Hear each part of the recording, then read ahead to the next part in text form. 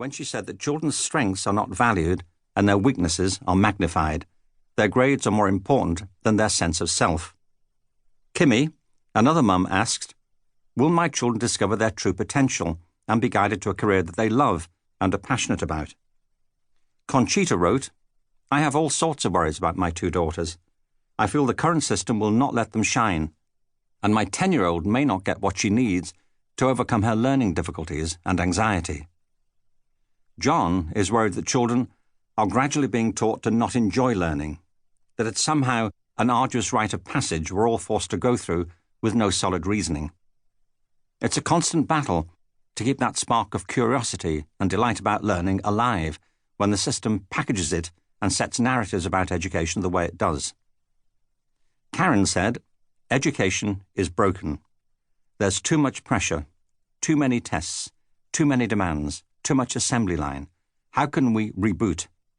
How can we prepare our kids for a radically different life from the one the current system prepares them for?" Carol was concerned that the one-size-fits-all approach, orchestrated by individuals that have no business dictating educational policy, is producing students who have no ability to think for themselves and an absolute fear of failure. Another mother's top concern was whether schools are teaching kids to be creative problem solvers. Testing doesn't teach kids to be versatile thinkers. Tracy points to a deep worry for many parents. "I'm most concerned with the fact that policymakers seem to have little regard for parent voices. The culture around parent voices is dismissive at best, and those who make decisions about kids haven't a clue what actually goes on in classrooms." These are all legitimate anxieties, and if you share them, you're right to be worried. Education is sometimes thought of as a preparation for what happens when your child leaves school, getting a good job or going on to higher education. There's a sense in which that's true. But childhood is not a rehearsal. Your children are living their lives now, with their own feelings, thoughts, and relationships. Education has to engage with them in the here and now, just as you do as a parent. Who your children become and what they go on to do in the future has everything to do with the experiences they have in the present. If your children have a narrow education, they may not discover the talents and interests that could enrich their lives in the present and inspire their futures beyond school. How can this book help? So, how can this book help you?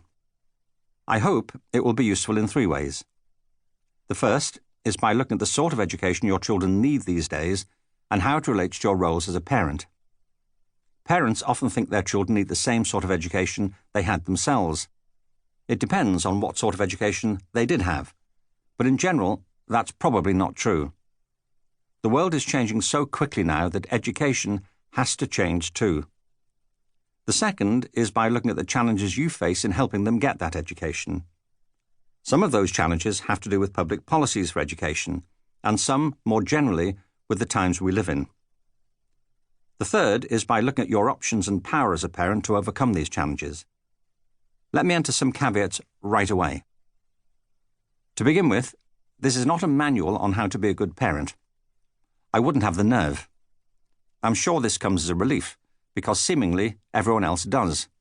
From Dr. Spock to the Tiger Mums, you already face a fire hose of advice on how to raise your children. Apart from the unsought advice of friends, relatives, and probably your children too, about how to be a better parent, there are more than 4 million mum blogs on the internet, and the online bookstores list more than 150,000 books in their parenting categories. I don't want to add to the clamour. My wife and I have 2 grown children, and many relatives and friends with children of their own. We've been through many of the challenges we discuss in this book. So has my writing partner, Aronica, who has a large family of his own. We know that the pressures on parents never ease up. You're going to be worrying about your children and trying to help them navigate through their lives forever. Parenting is a lifetime assignment. It can be hard work at times, and the hours are dreadful. Consider this book to be a respite from some of that pressure. We're not living in some lofty alternate reality where everyone's having a better time than you. I do want to suggest some principles of parenting that are relevant to education and are widely supported by research and experience. In doing that, let me assure you that I'm here on the ground with you, and the advice I'm offering comes from the perspective